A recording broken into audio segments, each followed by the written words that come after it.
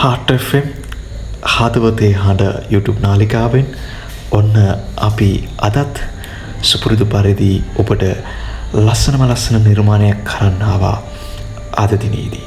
ඉතින් අපව තාමත් ඔබව සබ්ස්ක්‍රයිබ් කරලා නැතිනම් ආදරෙන් ඉල්ලනවා අපව සබ්ස්ක්‍රයිබ් කරන්න, අපව තවත් කෙනෙකුට බලන්න, නරඹන්න, ෂෙයා කරන්න අමතක නොකර ලයික් කරන්න කියලා ඉතින් අපි ආදරෙන් ඔබෙන් ඉල්ලනවා.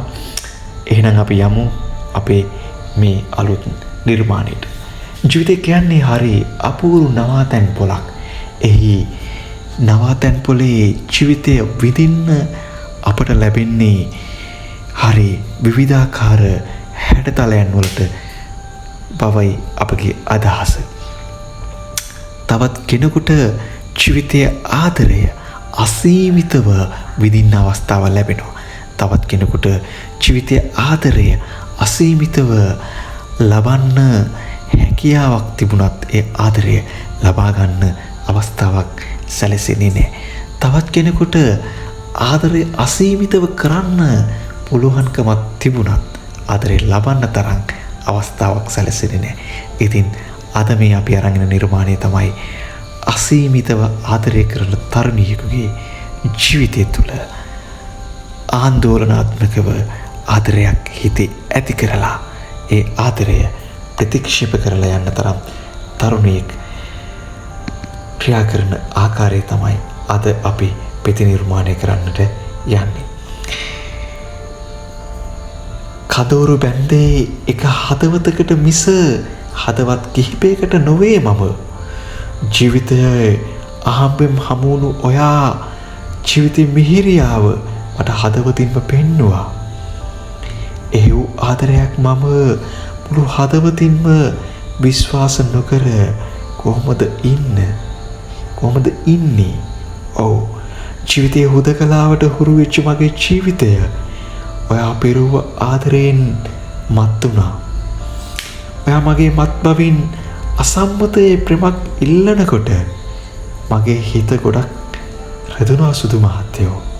ඔව්, ඒත් මම ඔයාව විශ්වාස කළා. ඔව්, මම ඔයාව ගොඩක් විශ්වාස කළා. ඒ නිසාම අපේ මත් බවින් මත් වෙලා අපේ ආදරයේ අනුරාගයේ රස වින්දා. පෙම් කළ සිත අනුරාගයේ වංචාව කළ බව හඳුනගත්තේ. ඔබ පුතු නලවන බිරිඳ මා හමුවී ඔබේ ප්‍රේමයේ අසීමිත තැන් මට පසක් කළ බව මතක් වෙන විටය. ඔව්, ජීවිතයේ ආදරේ විශ්වලාගෙන මිනිස්සු පැමිණෙනවා. ඉතින් මේ ආදරණීය පණිවිඩය නිර්මාණයක් වශයෙන් අපි ඔයාලට අරන් අවිල්ලා තියෙනවා. ඉතින් මේ නිර්මාණය ඔබ රස විඳලා ජීවිතයේ යථා තත්ත්වය අවබෝධ කරගන්න. ආදරය කියන්නේ හරි උතුම් දෙයක්, පවිත්‍ර දෙයක්.